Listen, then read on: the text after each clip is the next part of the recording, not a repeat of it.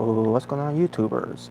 My name is Robert Serrano Jr., natural born thriller, and welcome everyone to WWE RAW review, the show from June 11th, 2018.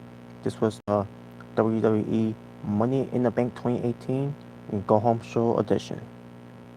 They were in North Little Rock, Arkansas, and your commentators were Michael Cole, Corey Graves, and the return of Jonathan Coachman from his assignment, whatever it was, and I don't give a fuck what his assignment was, but let's get to it. Basically, folks, I'm just going to go through this review from hours 1 to 3. Let you know how I felt about the show, and let you know right now. I'm gonna run through this this entire results that happened last night on Raw. And by the way, if you've seen my reviews that I just uploaded, which was pre-recorded, hope you enjoyed it. And for those who didn't see it, you could check it out. Basically, when it comes to Impact Under Pressure 2018, when it comes to Impact Wrestling, the fallout of Impact Wrestling's Impact Under Pressure 2018, and also when it comes to the to last week's WWE's Raw, SmackDown, 205 Live, and NXT.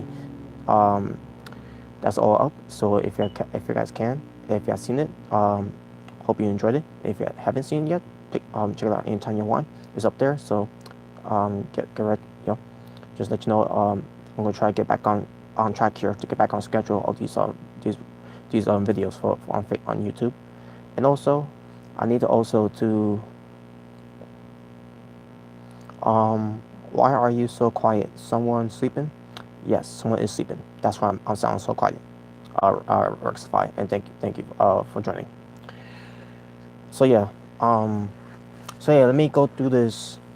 Just let you know right now, folks. When it comes to Raw from June 11th, 2018, let's go through this 0 out of 10 show, shall we?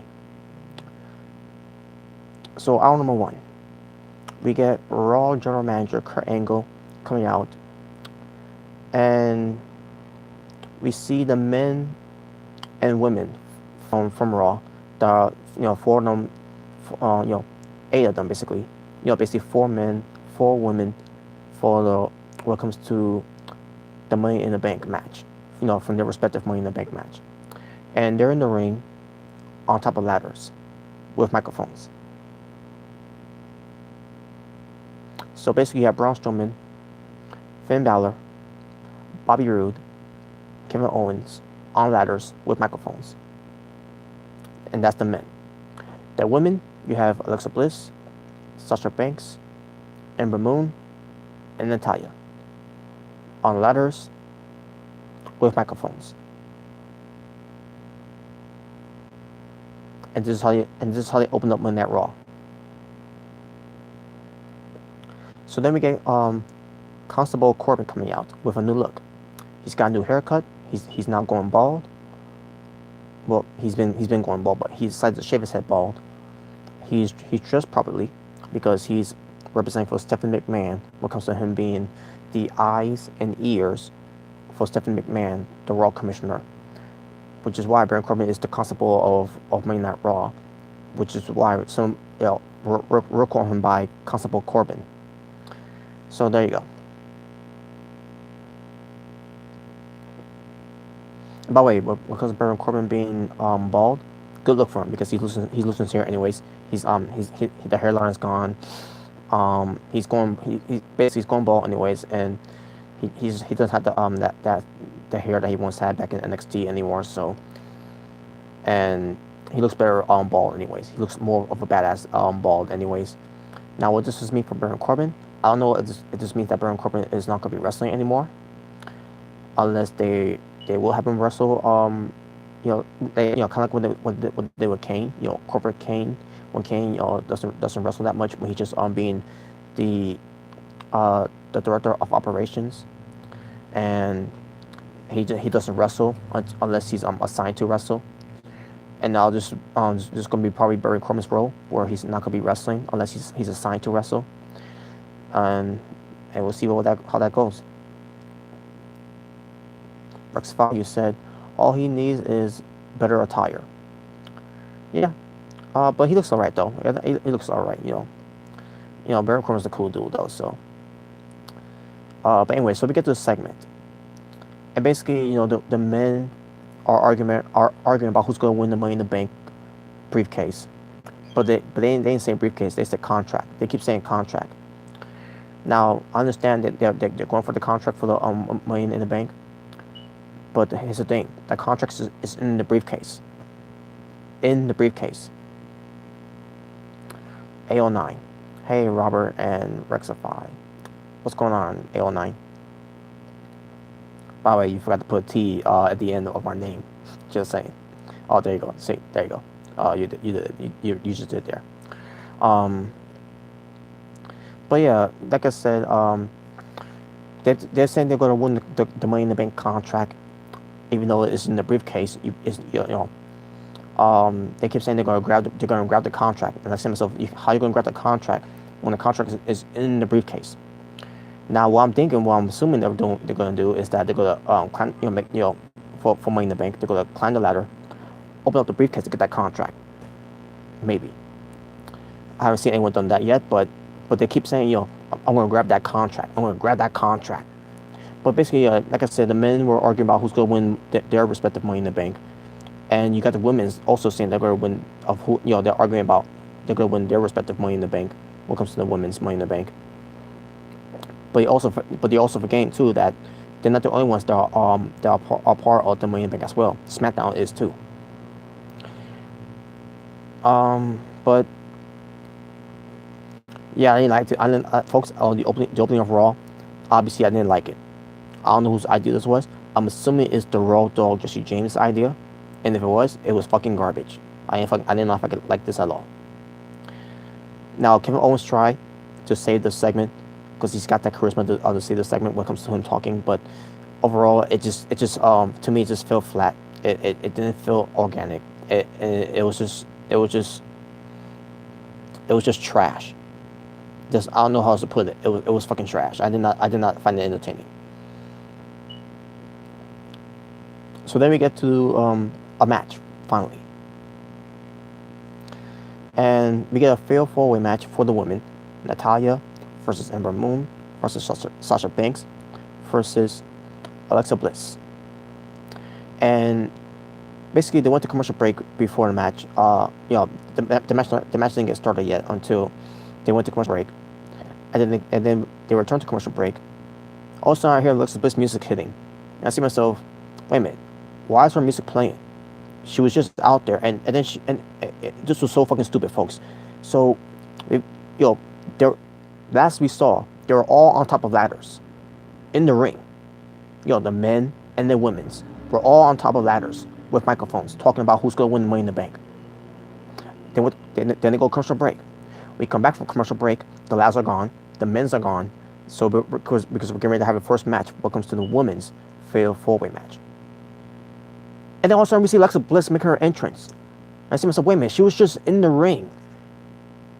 And then we have Corey Graves on commentary saying, special treatment for Alexa Bliss. She gets to do she wants to do her entrance. Like, why?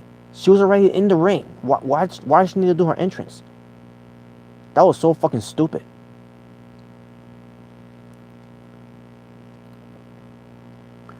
George, I didn't watch Raw. Only saw one match. And the segment, the match Bayley versus Ruby Riott. In my opinion, what a waste. Talent in Ruby Riott. She should be in the Money in the Bank. I agree. She should be in the Money in the Bank. I don't understand why she's not in the Money in the Bank. It's ridiculous, I agree with you there, George. So we have this match. To me, I thought this match was, despite the horrible segment that to start the show, I thought this match was pretty decent. Basically, Sasha Banks was decent, and Ramon was decent. Because they're not allowed to really showcase that much. Also, Bliss, she was okay. Natalya, she was okay too. Natalya almost messed up the spot where she delayed Sasha Banks's over the ropes, over the turnbuckle dive. Natalya almost almost got Sasha Banks killed out on the outside. And then Ember Moon comes out of nowhere with the heat-seeking missile onto Sasha Banks, onto the Ember Moon onto Sasha Banks. So yeah, basically the match was going well. They did 2 commercial breaks in this match. They on the given time. And then in the end, we get Natalya getting Alexa Bliss into the sharpshooter, and Alexa Bliss taps out. So basically, Natalya wins the match to gain some momentum to go to the Money in the Bank, which means basically which means with Natalya winning, which means she's not going to win the Money in the Bank briefcase. And I think Alexa Bliss is going to be one of those top, it's going to be one of those favorites to win the Women's Money in the Bank for this year. But we'll see.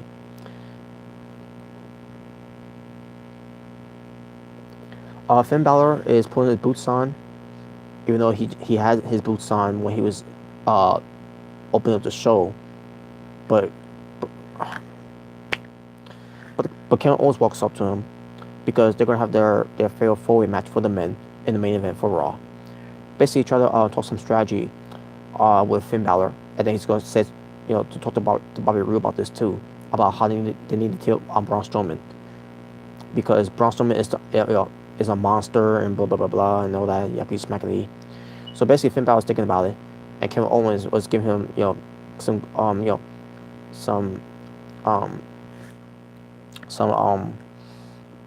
what's the word I'm trying to use here? Basically, trying to get them on the same page, and also say basically talking about how they got something in common about how Finn Balor never got his opportunity of the Universal Championship. Same thing with Kevin Owens. Now here's the difference with this one. When Finn Balor lost his championship, it was because he got hurt, and he never got a shot at that title again, which is throwing out stupidity on WWE's part. And then you got Kevin Owens, who lost the belt against Goldberg, and Kevin Owens refused to get a title shot of the Universal Championship because he was feuding with Chris Jericho at the time. Yeah. So for Kevin Owens to say that, and for fans to not remember that too. Yeah. They think I will not remember that. They think fans like me will not remember that storyline last year. But guess what? I did remember that. Kevin Owens did not want the rematch. Did not want to invoke his rematch clause. Kevin Owens decided to not invoke his rematch clause because he wants to go after Chris Jericho to go after his United States Championship.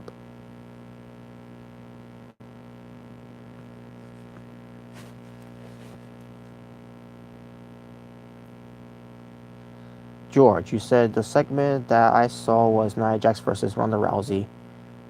Ronda has through, but Nia they are making her look bad right now. She has become the female version of the Big Show, heel face, and now back to heel. I'll get to Nia Jax later about that, and you're right about that, about the whole thing with Nia Jax turning heel and face. 809. He was musing baby oil. Finn Balor was. Now I don't think I saw any baby oil there, but I could be wrong. Rectified. Finn needs to stop wearing the LGBT shirt on TV. Hey, it's WWE telling the door that it's called marketing. Rectified. Now I don't agree with that. What comes to Finn Balor wearing that, because Finn Balor is not gay. But I understand why he's doing it. At the same time, I understand why he's doing it too. Because Finn Balor, because Balor Club is for everyone, including to homosexuals that want to be part of Balor Club and everything. They feel like they want to be part of a club. It's not that, but whatever. But I get what you But I get where you're coming from that. I'm happy he supports it. But I don't. I just don't wear when you're trying to be serious. Yeah, I know. Yeah. I check out on YouTube the highlights. I didn't miss much, but much of it. But as of late, I didn't watch Raw. Believe me, George, you took the fine. You didn't miss anything. It was trash. I rate him my early overall show rating. I rate give it a 0. The best part of this match was Bliss got uh wiggy by wiggy by Natalia. Yeah. But it doesn't matter at the end of the day. Natalia's not gonna win anyways. Um, Thoughts on Ronda and Nia feud, Robert? To me, it's okay. To me, it's WWE doesn't know what they're doing. They don't know how to book this feud. That's my thoughts on it. They they trapped themselves in the corner there where they just turned Nia heel. I mean, they just turned Nia face after she's been bullied and all that, of her, being fat shamed and everything, and then all of a sudden she challenges Ronda Rousey, which is stupid by the way they did it, because why is a champion challenging Ronda Rousey where it should be the other way around? It should be Ronda Rousey challenging the champion. And then they're all acting all friends and everything, and the whole thing they did, just the way they did it, was so stupid. And then the booking of it just didn't make it any better. It just, to me, it's not working at all. I'm not feeling it right now. I don't know. It's good. It's a fucked up situation for Natalia. I mean, not Natalia. For Nia Jax. Because again, you just turn her face, and now you gotta turn her back to being a heel. And then a week later, they have her be a face again because she felt pity. I mean, she felt bad what happened with Natalia. And then now she's back to being a heel again this week. And like, what the fuck are you doing with Natalia? I mean, not Natalia. I keep saying Natalia. Nia Jax meant to say. Yeah, what the fuck are you doing with Nia Jax?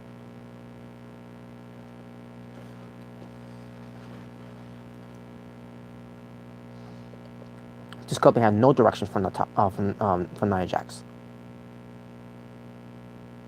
But anyways, yeah, can we also Finn Balor to think about it, when it comes to teaming up on Braun Strowman, and we'll get to more of that later.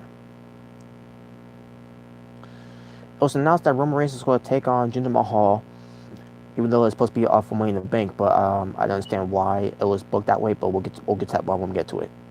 I'm not gonna go too long with that, folks. So when I get to it, I'm gonna make it short and simple. All right, the Faggot Police. They lost against Dolph Ziggler and Drew McIntyre. Moving on.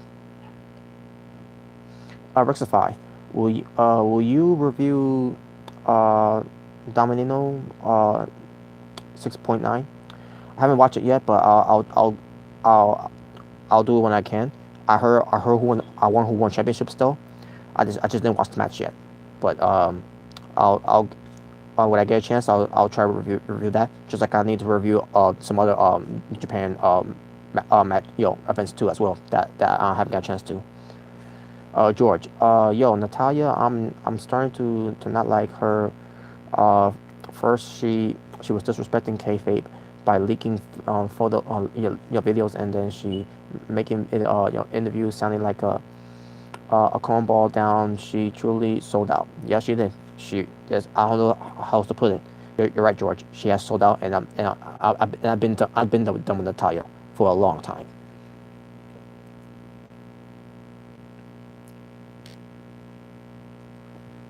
Hold on a second.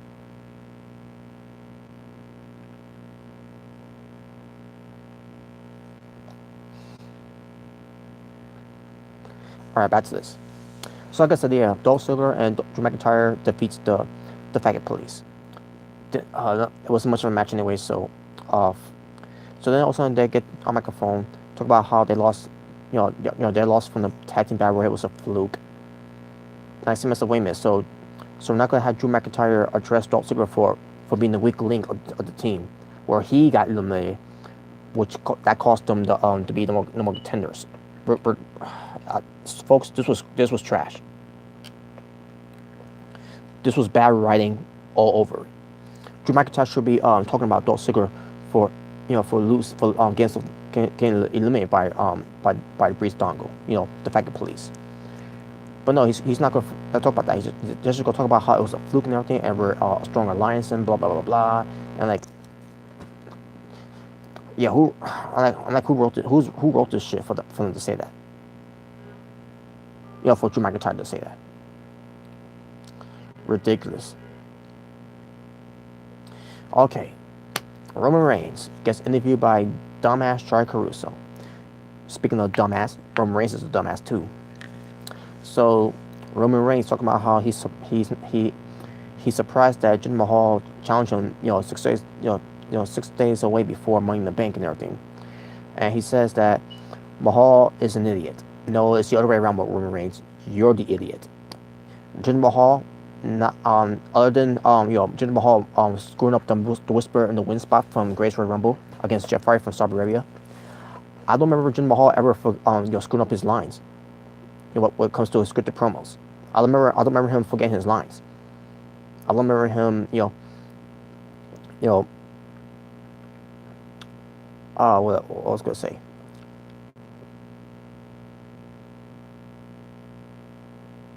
Basically, what I'm trying to say here, folks, is that I don't remember Jinder Mahal ever forgetting his lines like Roman Reigns has. I don't remember Jinder Mahal ever stuttering of his lines when it comes to him coming out promo like Roman Reigns has.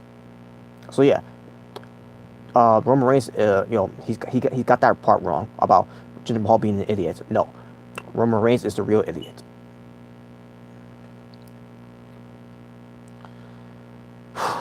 So let's get to this.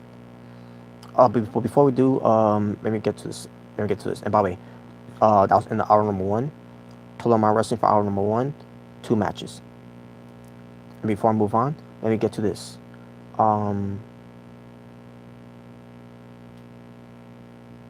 Rectify. You said Meltzer ran out of lube.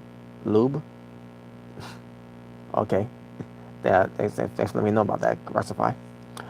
George, I thought both Drew and Dolph were shitty on the Raw Tag Team division.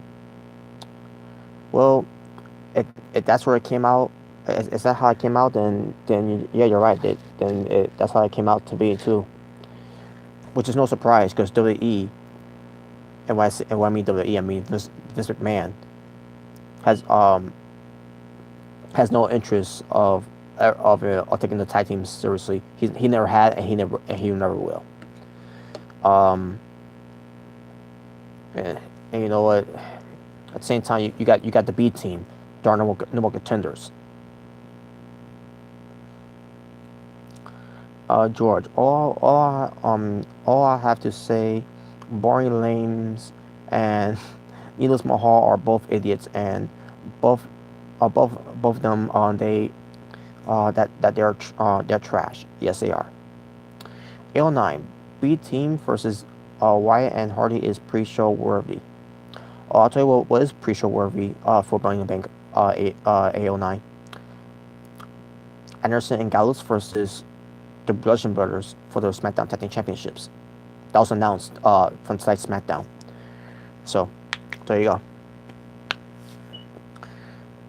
So as far as the B team versus the the leader of Bootlegs, I don't know when that's going to happen, but we'll see where that's going to be placed on. Maybe on Raw, a random Raw, give it away for free. All right, hour number 2. Brock Lesnar is now 435 days as being WWE Universal Champion, for being the longest reigning modern day when it comes to being Universal Champion. And basically in Vince McMahon's eyes, and to every WWE bubble dweller's eyes, this broke CM Punk's record. Even though the WWE Universal Championship has only been around for 2 years, but that broke CM Punk's record when it comes to the real main WWE Championship that's been around for many years. So no, the WWE Universal Championship is not the same when it comes to the WWE Championship. It's not. So no, Brock Lesnar did not break CM Punk's record.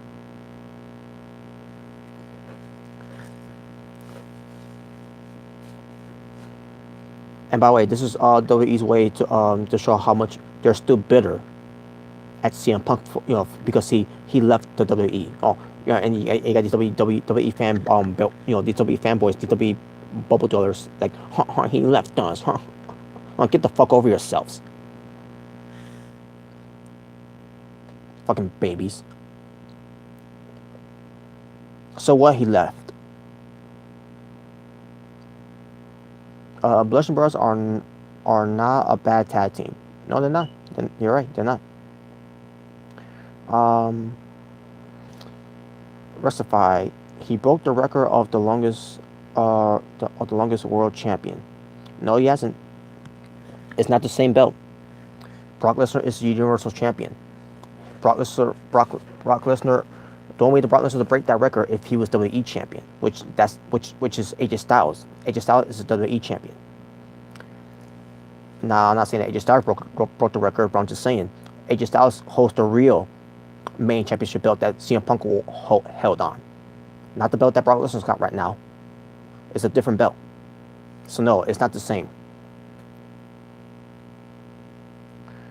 A09.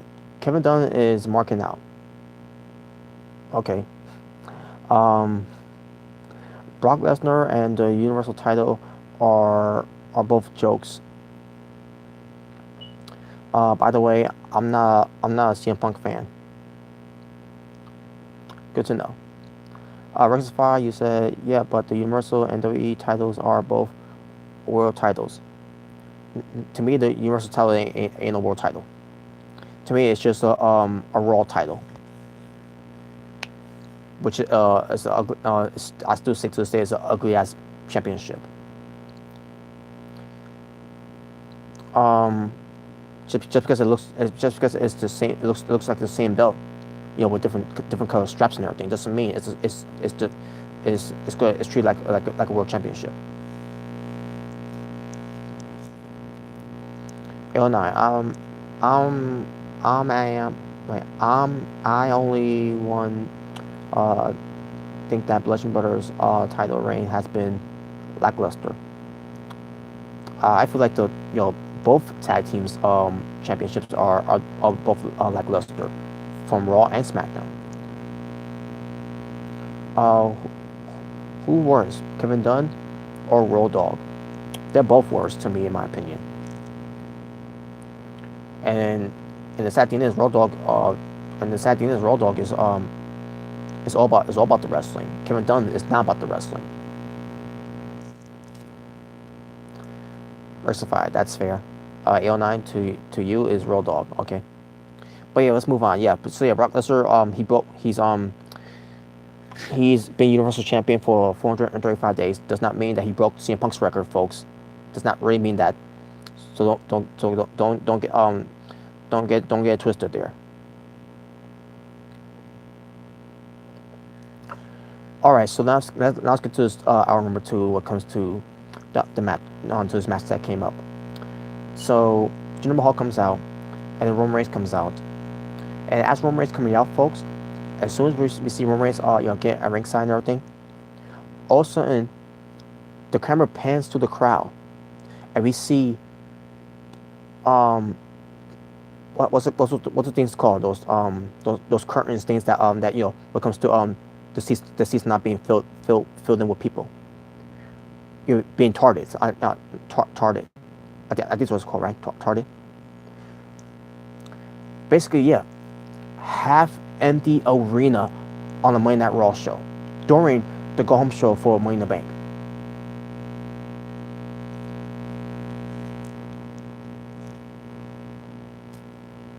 How embarrassing.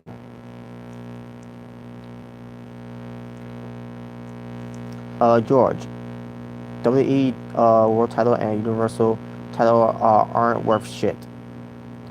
Well, WWE's proven that for years. When it comes to putting the WWE belt on Jinder Mahal last year, and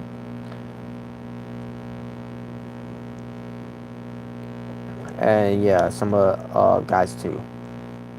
Bums.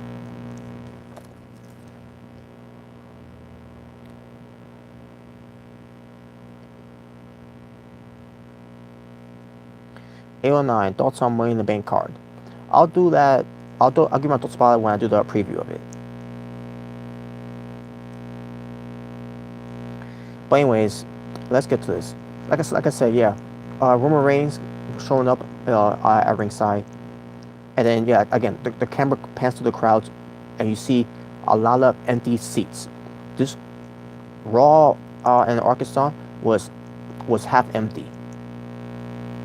Again, embarrassing. They couldn't even sold out. They couldn't even sell out the arena in Arkansas.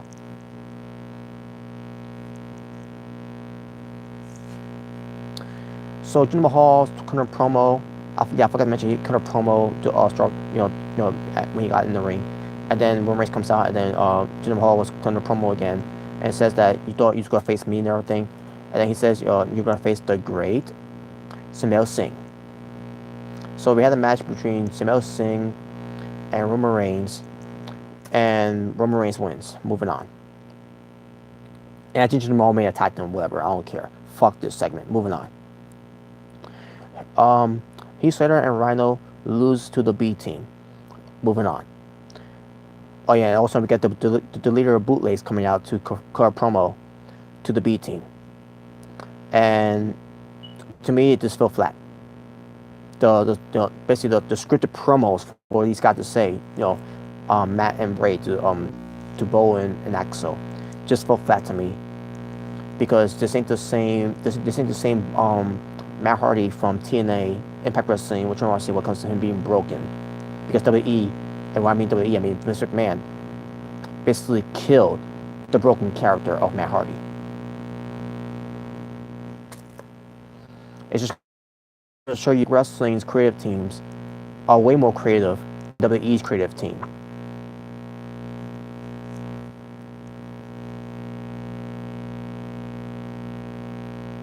Elias goes to do his performance for the crowd. Before he did that, he basically insulted people in Arkansas by calling them hillbillies and everything. And then he gets out there to do his performance. And then he does this whole WWE walk, stands forward walk with Elias. And then he starts singing a song about Seth Rollins, about him burning it down, being called the architect, and saying coming up with the worst nicknames ever, that he's a tool and all that. And also he pulls out a new guitar that was custom made by John Mayer.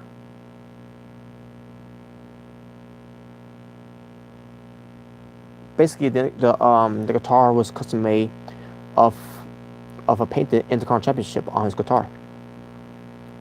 Before I move on, George, you said, and this is the company, and their fans are bragging about their $1 million deal, $1 billion deal, but still have empty the arena. Yeah, WWE tards keep talking shit. Exactly. That old man always ruined everything. It is either TNA or NXT. 809. Yeah, I agree.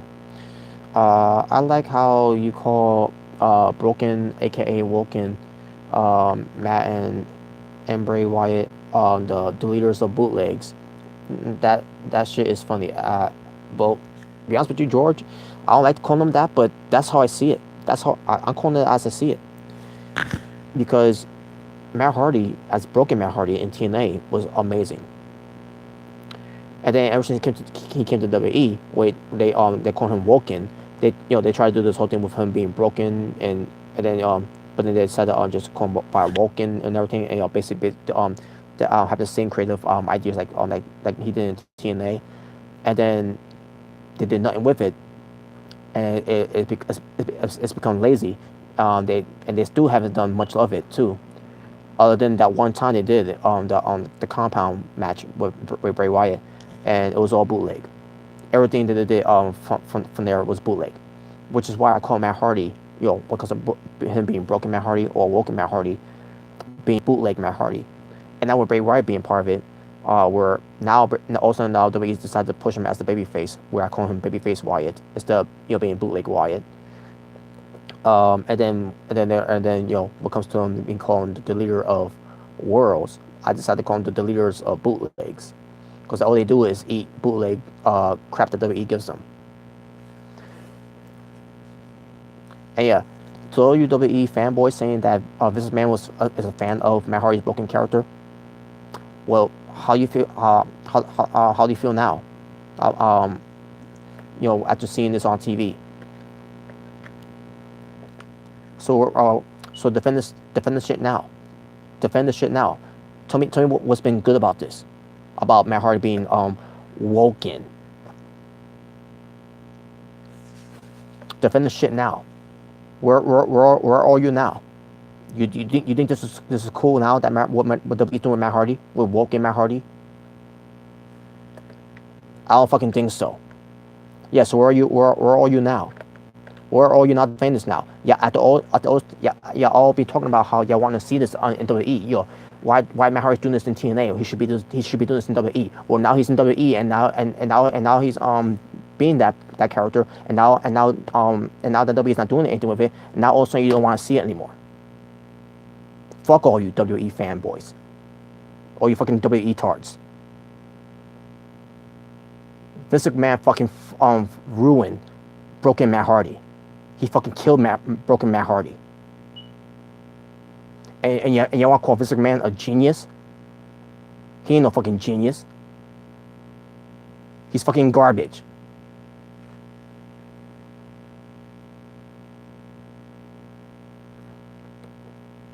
Vince is the GOAT. No, he ain't. WWE has struck the ball on such a big time. Same thing with Bailey. Yeah, that's been proven too, by the way. Motor of Lawns. Oh, yeah. 809. Broken Matt Hardy is his character is dead. Vince buried alive, and never recover ever again. Well, if Matt Hardy could find a way to get out of that WWE to revive broken Matt Hardy, he would. Because Matt Hardy owns the rights of being broken Matt Hardy. Matt Hardy does not own the rights of being woken Matt Hardy. It's a big difference. So, but back to this. So Elias, like I said, he had a custom-made guitar with the Intercontinental Championship painted on it and everything, and it was custom-made, given to him as a gift by John Mayer. George, I've been saying that for months when these WWE tards talking about Vince liking and being a fan of broken storyline, and that was bullshit. Yeah, it was all bullshit. Because if this man was a fan of it, Matt Hardy will be doing so much more creative ideas with this. I haven't seen any of it. You gotta love these WWE fanboys that will defend anything that WWE that they do on TV and everything, and they'll believe anything that WWE say when it comes to this man being a fan of it and everything. No, he wasn't. He was never a fan of it. Because wherever this man didn't create, he's not a fan of it, and wherever he doesn't create, he's going to bury it. If he didn't create, if this man didn't create you, then you ain't going nowhere.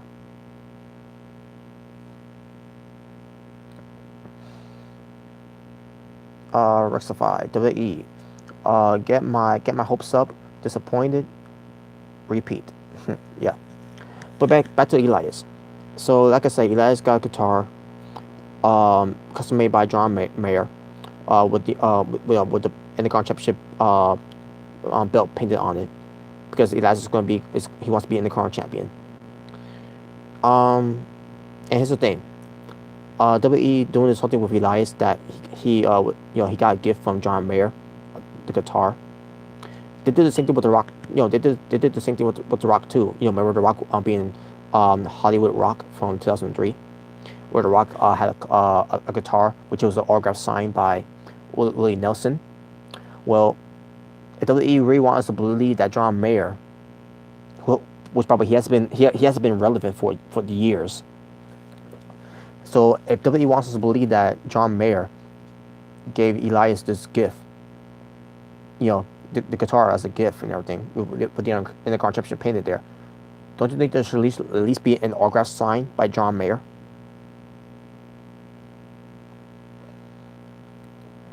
So Seth Rollins comes out. He gets a big reaction. big reception, I meant to say. And looks frustrated. He gets in the ring, goes to be upon Elias for a little bit, and Elias gets out of the ring.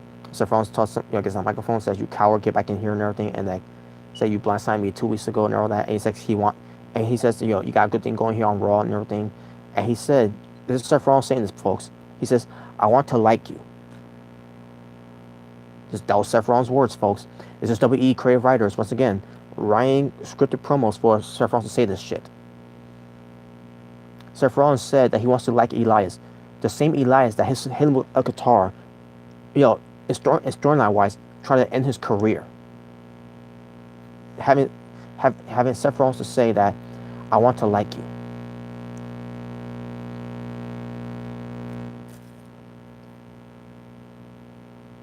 And Seth Rollins saying that, you got the spotlight, you got the guitar, and then also he sees the guitar that was made by John Mayer that was given to Elias as a gift.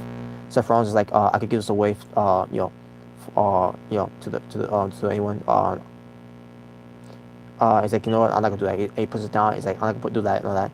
And then he's like, "Okay, just I get what the guitar, I get what the guitar is there for. So just do it already. Just get it over with." They took way too long with this, folks. They kept dragging it. So basically, Seth Rollins did what he did. He did the curb stomp onto the guitar, and there you go. I say to myself, well, I'm glad that was over.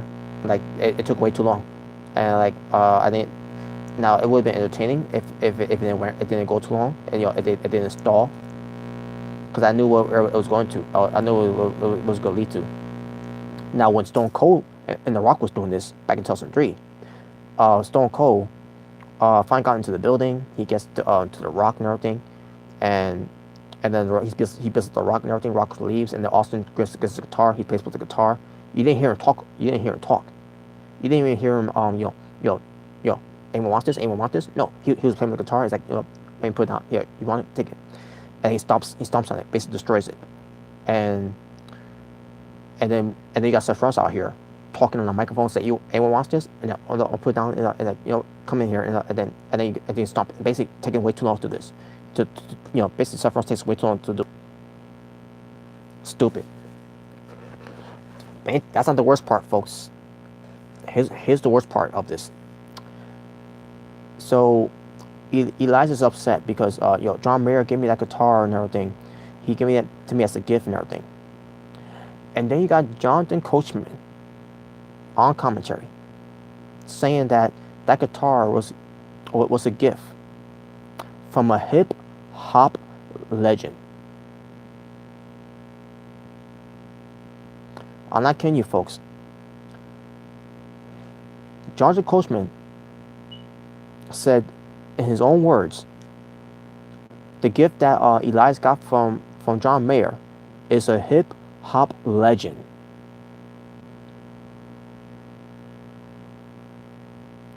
I don't remember any hip hop stars ever playing with a guitar when it comes to rapping, get on stage.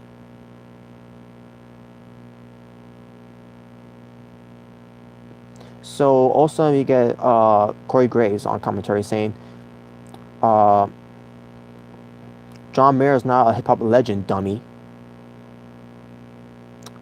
And yeah, he's right. Corey Graves is right. He's a pop star, rock star, whichever you want to say, a country star.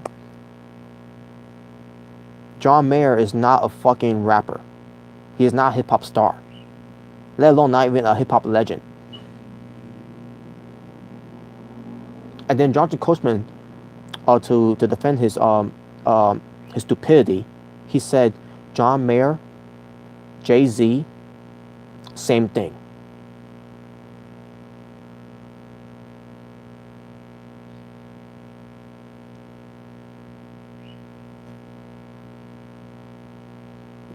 I hope you heard that. This is Jonathan Coachman saying this on commentary last night on Raw. John Mayer, Jay-Z, same thing. John Mayer is white. Jay-Z is black. John Mayer is a guitarist. Jay-Z is a rapper.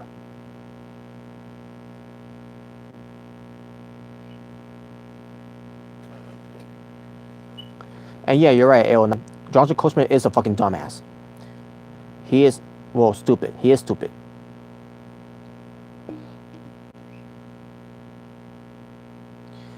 That tells you right there that Jonathan Coachman doesn't know shit about music.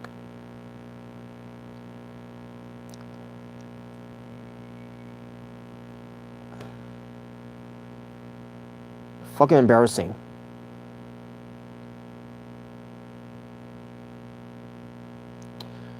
Wrestling. Oh, you mean he doesn't know anything about wrestling either? Well, there are some parts that he doesn't know about wrestling that much. So yeah, I do agree with you there. 809. WrestleFi, you say you should subscribe to WrestleTainment Inc. That guy speaks the truth. Alright, I'll keep that in mind. But yeah, Jonathan Coachman, what a fucking dumbass. Calling John Mayer a hip hop legend, even though John Mayer is now a fucking hip hop star, let alone a hip hop legend. Now he's a legend in his own right, but at the same time, he ain't no hip hop legend. And then but Corey Graves called him out on it, and then he's like, "Well, John Mayer, Jay-Z, same thing."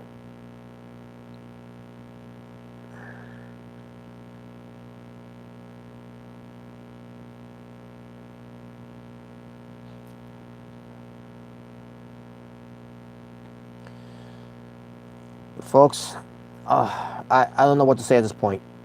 After hearing that from Jonathan Coachman, I'm infected of Jonathan Coachman's stupidity after hearing that bullshit from him. Basically, after hearing that stupidity come out of his fucking mouth.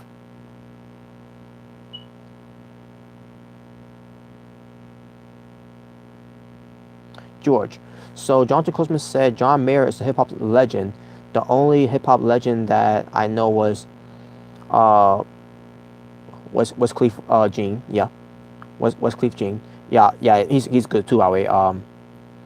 And if you call this man a hip hop legend, but to me he a joke, Lil Wayne. Lil Wayne. Oh my god. Why is Jonathan Coachman back anyways? I'll tell you right now, Booker T will never mess that up. I guarantee you, Booker T will not mess that up. So Jonathan Coachman messed that up. I don't know what to say, folks. I don't say at this point. I feel like I was watching I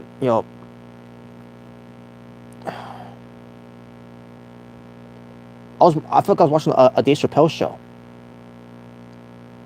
And I'm not saying that the Dave Chappelle show was bad. But based on my, Jonathan Coachman saying this, like he's like saying, John Mayer, Jay-Z, same thing. So what? That John Mayer, basically is trying to look black and basically had a ball cap on to look like Jay-Z, whatever. Oh my god, like what the fuck, man.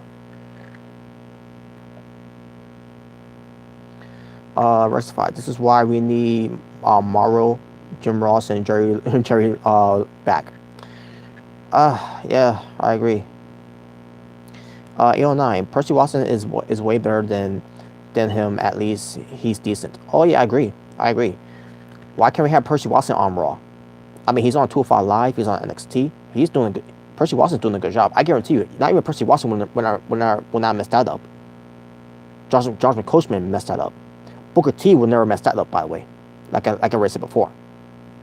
And I guarantee you, mention like Byron Saxton, I guarantee he would never mess that up either. But yeah, Jonathan Coachman, of all people, who's been around for a long time, fucking embarrassing.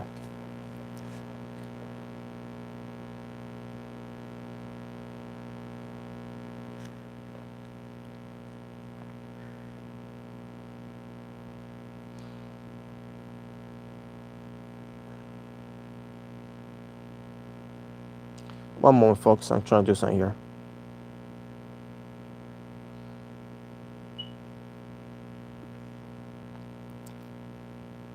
Okay, moving on. I could talk about this more about Joshua Coachman being a fucking dumbass, but enough of that already. Let's just move on. Bobby Roode gets confronted by Kevin Owens. Bobby Roode is looking at himself in the mirror, and basically Kevin Owens talk some strategy with him, along with basically along with also with Finn Balor about teaming up on Braun Strowman and everything. And yeah, there you go. And we'll get to that later. We'll get to more of that later. So we get Billy coming out to make our way to the ring, and also we see the Riot Squad backstage wreaking havoc, causing a riot. In WWE's way, in WWE's term of what comes to them being WWE creatives, that's their way of doing rioting backstage, throwing stuff around and everything.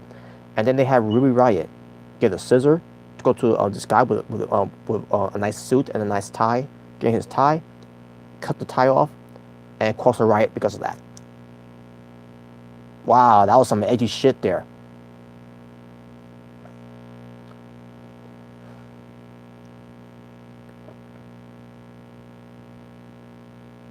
I guarantee you, someone thought that was good.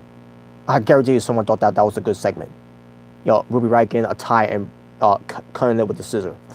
Oh yeah, that was entertaining. Fucking garbage. George, it seems like the commentary team in WWE get worse and worse. I guarantee you. Finally, somebody worse than Byron Saxton. Oh my god. Well, I'll give you one thing. Byron Saxton is better than Jonathan Coachman when it comes to not screwing up on commentary. But at the same time, Byron Saxton's still trash. So we get Bayley versus Ruby Riott being accompanied by Sarah Logan and Liv Morgan from the Riot Squad. Now, folks, when I first heard that Bayley and Ruby Riott wrestled each other back in Backlash during the pre-show, when I heard it was a good match. So like saying to myself, oh my god! So I can't wait to see this match. I'm looking forward to see this match again. I mean, actually, I didn't see the first match because I didn't watch it because I didn't care for it. But when I first heard that it was they had a good match on the pre-show, I said to myself, okay, so we're getting this match again between these two on this time on Raw, and folks, I didn't like it. I see myself. So wait, this is the match that people were putting over back on the pre-show Backlash. This is the match that y'all was putting over, saying that was a good match. Well, if that's the case, then I gotta look back. I gotta go look back at that then on the WWE Network to see if it was a good match, because I didn't see it here on Raw. This was trash. And Bayley lost, by the way, to Ruby Riott. After the match, the Riot Squad holds Bayley down. They got makeup, lipstick, basically doing on Bayley's face, her chest, her stomach, putting the letter R, because they're causing a riot. Rectify, you saw Bayley botch? Oh yeah, I saw Bayley botch, and that's why I thought the match fell flat too, by the way, because of that botch spot. And because of that botch too, the match to me, in my eyes, the match did not recover at all. I thought the match was trash, and it's a shame that Ruby Riott was in the match against Bayley, who botched. AO9. Why don't they do something creative? They can do something creative, but they just choose not to. They're being lazy fucks. AO9. I know they are lazy. Okay, there you go. Rectify. Only thing I like about Raw today is Seth's title reign, and match quality. Okay, yeah, Seth Rollins he is getting done though with being the current champion, so that's something to look forward to. But moving on,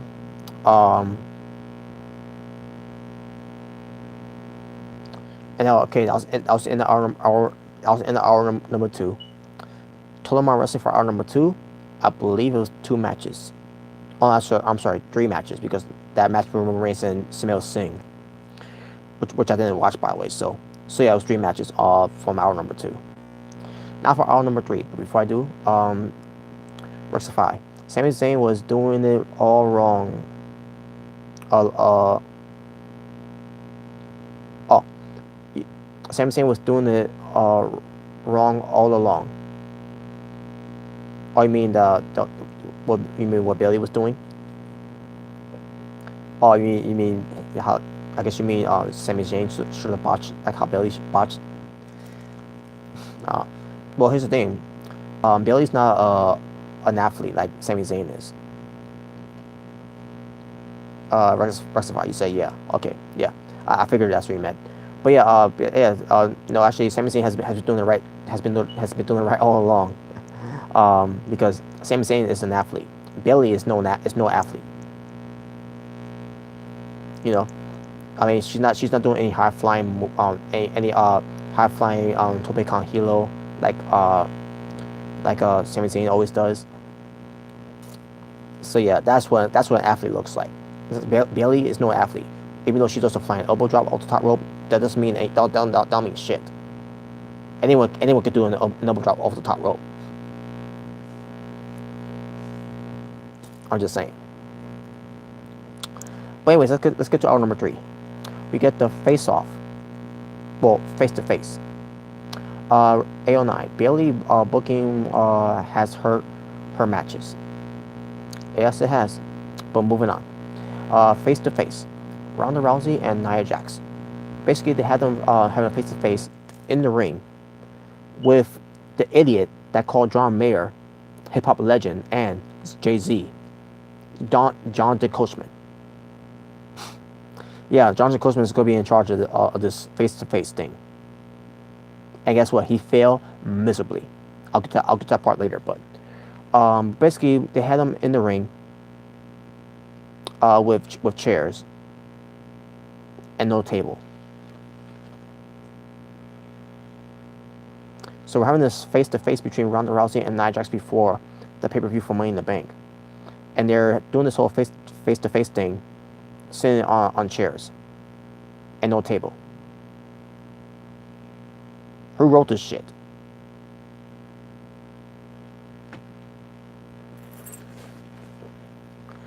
So yeah, Raw Women's Champion Nia Jax talking about how Ronda Rousey let me see here before I move. Something about I think Jonathan Coachman said something. Yeah, Jonathan Coachman said something about this friendly rivalry has become intense and blah blah blah. No, I think it's been boring. I think it's been lackluster. I think it's been booked wrong. And how can you book this, by the way? How can you book this? You can't. You can't. And I'm pretty sure I'm not sure how WWE doesn't know how to book this. They did this all wrong. WWE has booked this all wrong. Rectify, doing the elbow drop. I can't do it now. Oh my god. I would do it right now, but I can't do it right now. Yeah, I mean, have you seen the time? I mean, I'm just saying.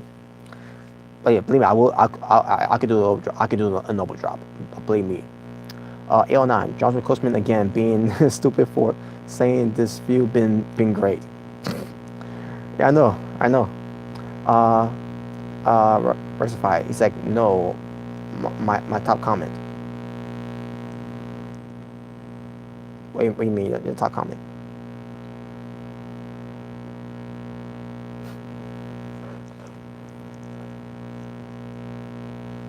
I don't mean rectify. I don't know if you're trolling me or whatever, but anyways, maybe move on. So Nia Jax talks about how Ronda Rousey, what buttons was pushed by Nia Jax, 4 weeks, whatever. AO9, Bailey botch one. Alright. And rectify above the elbow drop comment. Oh, okay. You mean you're just saying this? Just one of the top comments. Okay. But yeah, talks about how Ronda Rousey, has been in the UFC, where, she doesn't have that she's not allowed to do any slaps, elbows, headbutts. Now, when she says slap, I'm saying myself, wait a minute. In UFC, you can't, basically in MMA, you can't slap.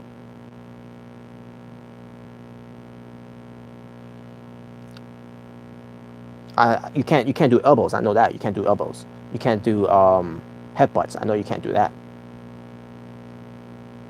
And you can't kick. You can't strike your opponent to the spine. That and she said that too. But you can't slap in UFC. Open hand slam like a really.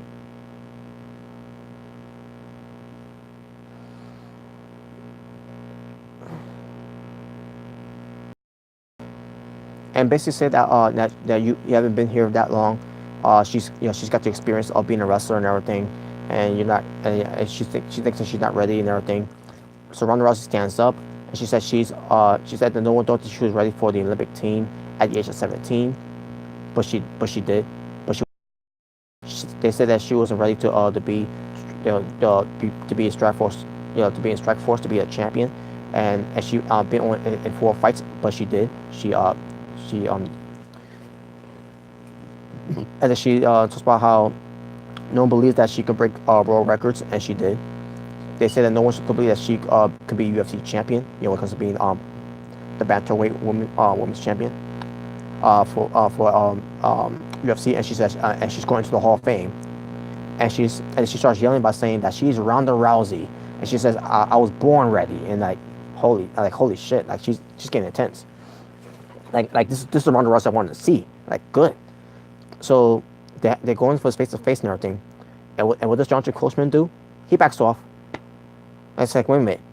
And UFC, whenever they do these face-to-face, whenever they're doing a face-to-face thing, they always have these guys to back these fighters up. Jonathan Coachman, he just backs off. He let them he's letting Nia Jax and Ronda Rousey get into his faces and everything. Like, you're supposed to be in the middle of them, breaking them up. What the fuck?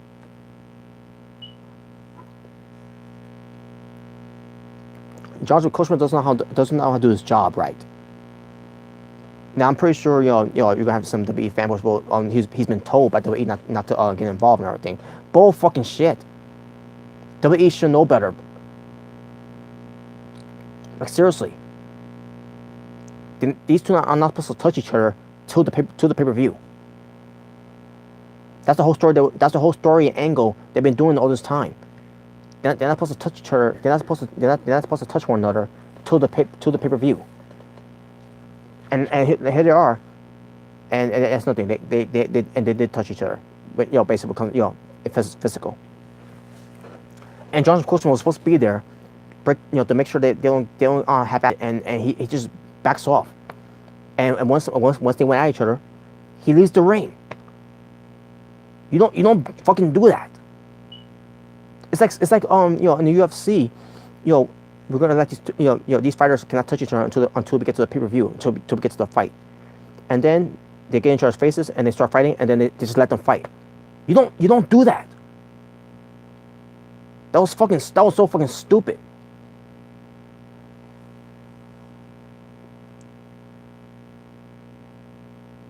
Rectify. I've seen people do it.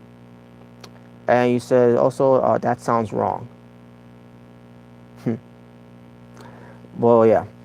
So basically, the fight, Ronda Rousey got headbutt by Nia Jax. Then Nia Jax was going to try to take out Ronda Rousey, and Ronda Rousey gets her arm. And remember the story here, folks. The story here is that Nia Jax was saying to Ronda Rousey that she's not going to be able to apply the armbar on her, right? AO9. He will be fired in first day if he was in UFC waiting. I guess you mean what comes to yeah, basically yeah, that's the whole face-to-face thing that happens when comes to the weigh-in. But yeah, I get what you mean there though. AO9. What's going on? And what's worse than what's worse? They give it away the ending of the Money in the Bank with the armbar. Well, I'll get to it right now. So Nia Jax is trying to fight off the armbar. So Nia Jax is trying to fight off and everything, right? Ronda Rousey's trying to put the pressure into the armbar, but Nia Jax again blocking it and everything. To finally, Ronda Rousey finally gets breaks the hands off, and then Nia Jax immediately taps out, rolls out the ring, and then something stupid happened.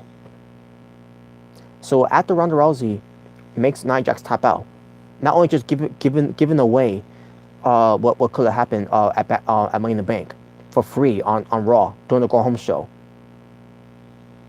but then you got an idiot ringing the bell, acting like it was a match. What? Like, what the fuck? Like, why the fuck are you ringing the bell? It's not a fucking match. Literally, as soon as Ronda Rousey got that armbar on Nia Jax tapped out, and then Nia Jax rolled out of the ring. All of a sudden, the timekeeper rings the bell. Ding, ding, ding. Like, what the fuck? What the fuck? What are you ringing the bell for? It's not a fucking match.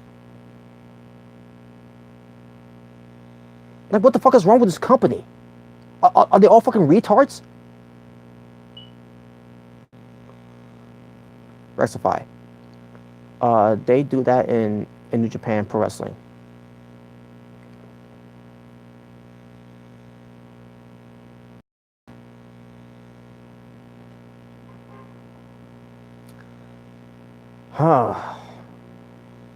Let me try to calm down, folks. Let me try to calm down.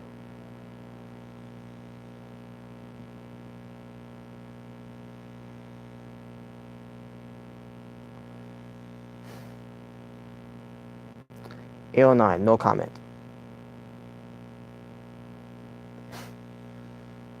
How can I make a comment after that? But yeah, whatever. So yeah, they give it away, folks. And by the way, this basically also telegraphed that Ronda Rousey's not winning the belt.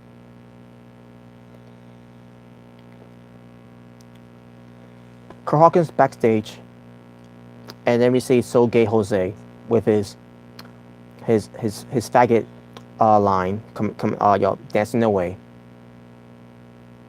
So yeah, no, So Gay Jose and his faggot line coming dancing and everything. One dude I saw in a gay outfit. I call it as I see it. So we get So Gay Jose versus Kurt Hawkins. Referee decides to ring the bell because Kurt Hawkins did not come out. Rectify. So Gay Jose. I call as I see it. I call how I see it. AO9. No way Jose needs to go main event. Get the fuck out of here, KO9. Get the fuck out of here with that shit. He's fucking. No way Jose is fucking garbage. And I know you're trolling, by the way. I'm not saying it in the mean way. You made me laugh there a little bit though, but get the fuck out of here.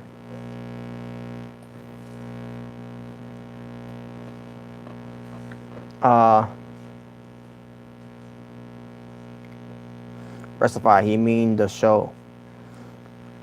I don't see any main event material for No Way Jose because he sucks. He's fucking garbage. All he does is dance.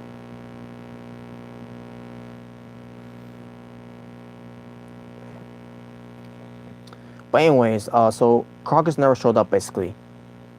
So we thought.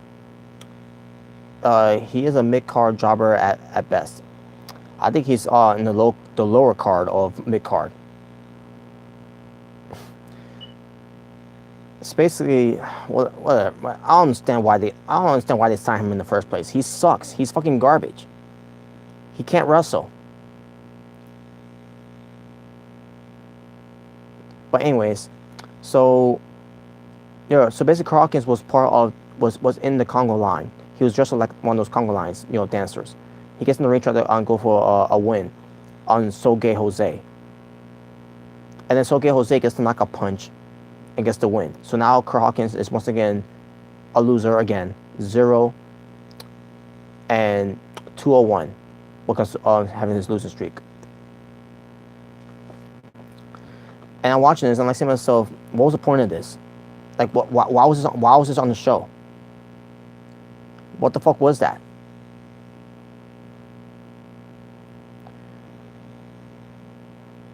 So also we see Finn Balor and Bobby Roode talking backstage about Kevin Owens, can we trust him and everything. And then Bobby Roode says, we gotta keep our eyes on him and all that. And then Balor's like, oh yeah, I'm gonna keep one eye on Owens and one eye on you. Finn Balor, that's what Finn Balor said, folks. Finn Balor said he's gonna keep one eye on Owens and one eye on Roode.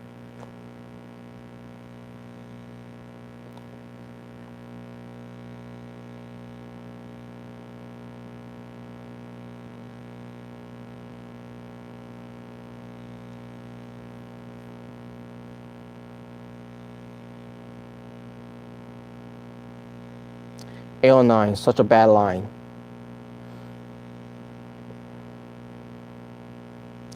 Well, that's the creative team for you, AO9. Next we see staff people set up an obstacle course. Basically, we're gonna get a Sami Zayn and Bobby Lashley segment. And I see myself, wait a minute. I'm watching this, and I say, what's all this? And I say to myself, Sami Zayn and Bobby, and then also they say Sami Zayn and Bobby Lashley. And I say to myself, oh fuck, another. Why are we still doing these segments? Like enough's enough of these segments. And basically, based on how I'm seeing this, with this whole obstacle course being set up and everything, I say to myself, yep, this has gotta be a Vince McMahon booking here. Rectify. Exactly, Rectify. You said right there. Remind me of old NXT. You're damn right. This was old NXT, not just old NXT. Vince McMahon's NXT from 2010. That's exactly what it was. So this right there tells you right there. This was Vince McMahon's segment. This is a Vince McMahon segment that he written for this fucking garbage show. Now, I'm not saying this man wrote everything about the show, just this one segment. I guarantee this was that segment with Bobby Lashley and Sami Zayn was all Vince McMahon.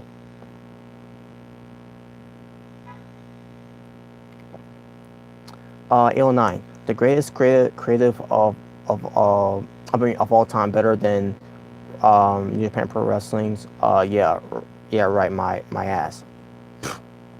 Oh yeah, I know. Yeah, WWE creatives are they're the greatest of all time. Yeah, fuck out here. The other wrestling promotions that are way better have way better creatives than WWE. Period. And that's a fact. Christian, that was dreadful. Yeah, it was. Finn Balor was saying that. Yeah, I know what you mean. Finn Balor was saying, I got one eye on Owens and one eye on you, Roode. And it's not Finn Balor's fault, obviously. It's WWE creative writers writing these scripted promos for these wrestlers to saying the dumbest thing. But Rectify, like I said, Rectify, you hit the nail on the head there when you said, remind me of old NXT. It was. This was Vince McMahon's NXT booking here. When it comes to setting up this obstacle course for Sami Zayn and Bobby Lashley. AO9, you said the same thing with Bobby Roode. Yeah, I know. And you said you always look the same. I think you mean look. You put R in there. For basically you put Rook.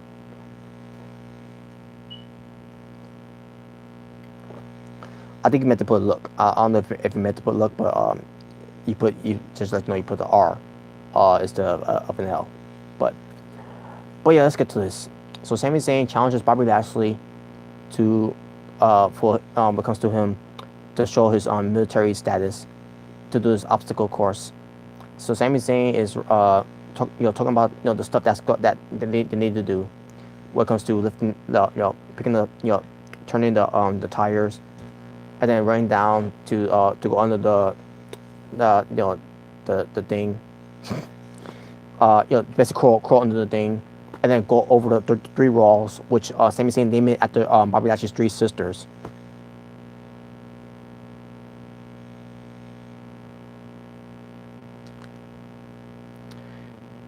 I wish they wouldn't have brought up the sisters again. Because of that segment.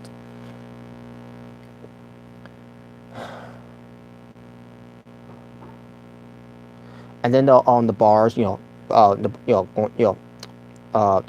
bars and all that, and then climbing the ropes and all that, and there you go.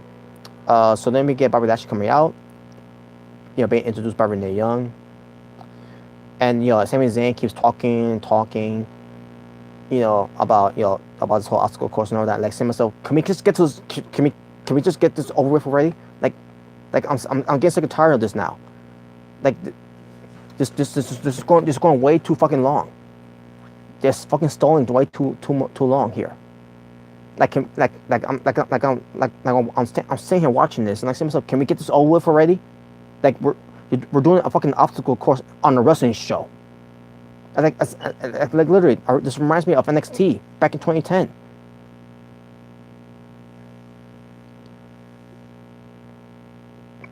And then do the coin flip, and I say to myself, oh, come on, just flip the coin already and get this shit over with already. So sure enough, Bobby Lashley won the coin flip, so he gets to go first. So Bobby Lashley runs the obstacle course. He beats the obstacle course in about 42 or 43 seconds. And then all of a sudden, what Bobby Lashley knows, like, Sami Zayn, okay, so when Sami Zayn is going to attack him, right? Sure enough, Sami Zayn attacked him and beats him up, and that was it. Sami Zayn got the better of him, which means Sami Zayn is going to lose that Money in the Bank against Bobby Lashley. That was the whole segment. Now, I did enjoy Bobby Lashley doing the obstacle course, but at the same time, it was still trash.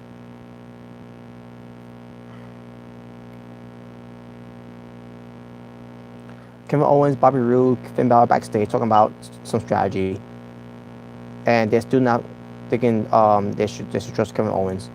And then Braun Strowman walks up to them and says, "I got an idea, guys. How about you all jump on me? Basically all you double team on me. Triple team." And then he starts laughing, and he starts scaring them by screaming, and then he walks off.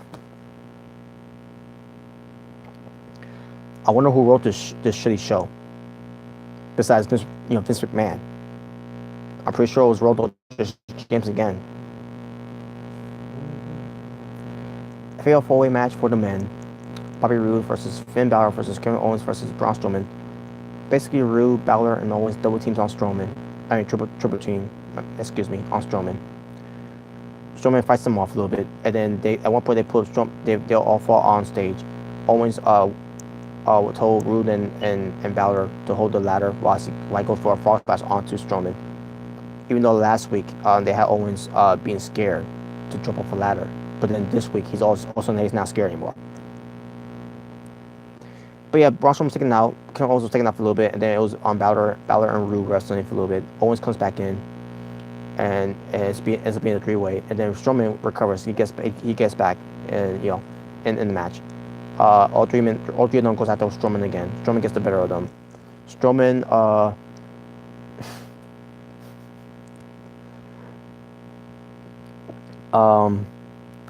Strowman basically he was outside the ring, right?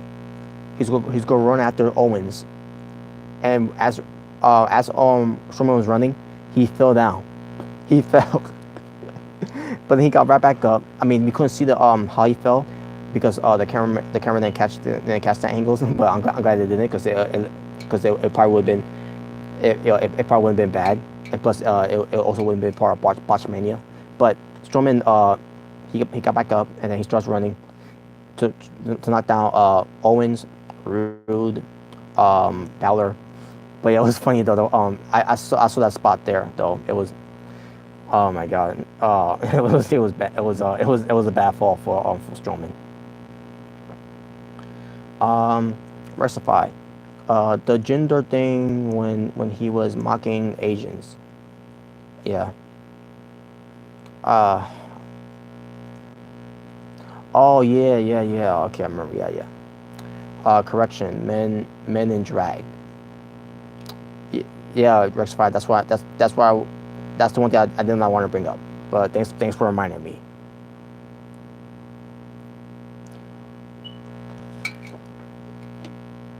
And I'm being sarcastic with that, by the way. 809. Lashley is the next Bailey. Oh, what a shame that is. Yeah. Rectify. As horrible as that Lashley segment was, I can't lie. Bobby's athleticism was nice. Yes, it was. This match was pretty good.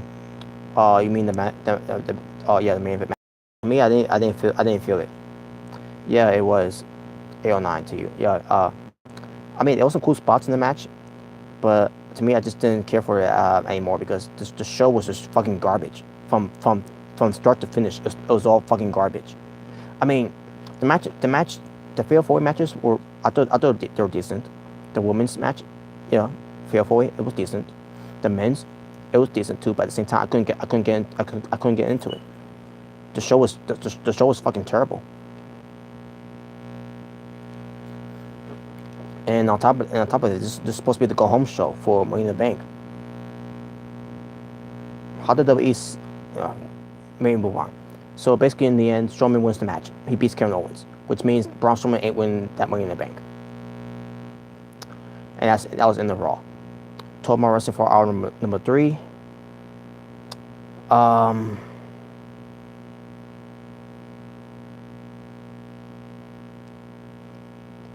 I think it was 2 matches.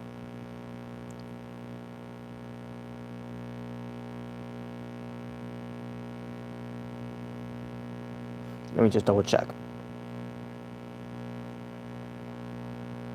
Yeah, it was 2 matches. For hour number 3. So, over total wrestling overall for WWE RAW, 7 matches, and a few of them was garbage. A few of them was a microwave match, and 2 of them were decent. I'll say that 2 matches were decent, and those 2 matches were the Fatal 4-way matches. When it comes to the men's and women's respective Fatal 4-way matches. But other than that, the rest of the matches on the show was fucking garbage. Rectify, 1 star. Yeah, you could say that. All the matches that they had on the card here, from the middle, all 1 star.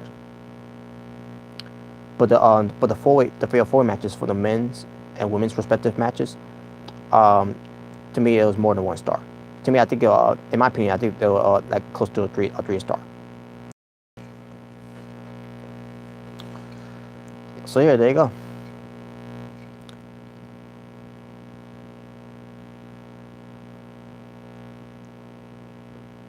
AO9, 2 star at best. All right, that's a little fair. And folks, I already told you my overall rating from if you didn't see the beginning of it. I already give it a 0 out of 10. This show was just terrible. I can't give it a 2. I can't give it a 3. I can't even give it a Bret Hart standard rating. This gets a 0 out of 10. This was a horrible show. A horrible Money in the Bank go home show audition. This show did not tell me a reason or why I should tune into Money in the Bank this Sunday. Not that I can't anyways because I gotta work. I gotta work. So I mean, other than to show some video packages, just highlights of it, and then the whole thing with Ronda Rousey and Nia Jackson with the face-off, which I thought was trash too. I mean, some of it was decent and everything, but nothing on the show of Raw that convinced me of why I should tune in this Sunday to watch Money in the Bank. I can't give you a reason why, um, on why I should watch Money in the Bank after watching Monday Night Raw. Monday Night Raw was Monday Night trash. Raw is trash. We enter the trash zone.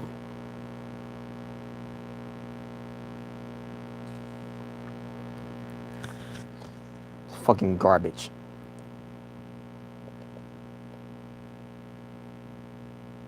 And that's it, folks. Please check out WrestleTainment Inc. Yeah, I would rectify. And thanks for the recommendation too. Thanks for the suggestion. I'll check them out. I got written out here too, so I will check out see what this channel is all about. I just hit like 809. Thank you very much.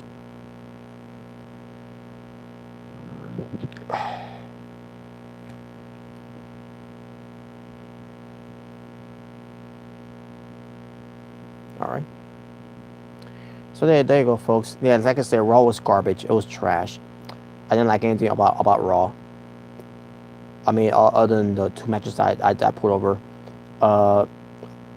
and then yeah, just bad writing, bad segments, bad matches, except for the 2 matches that I said already.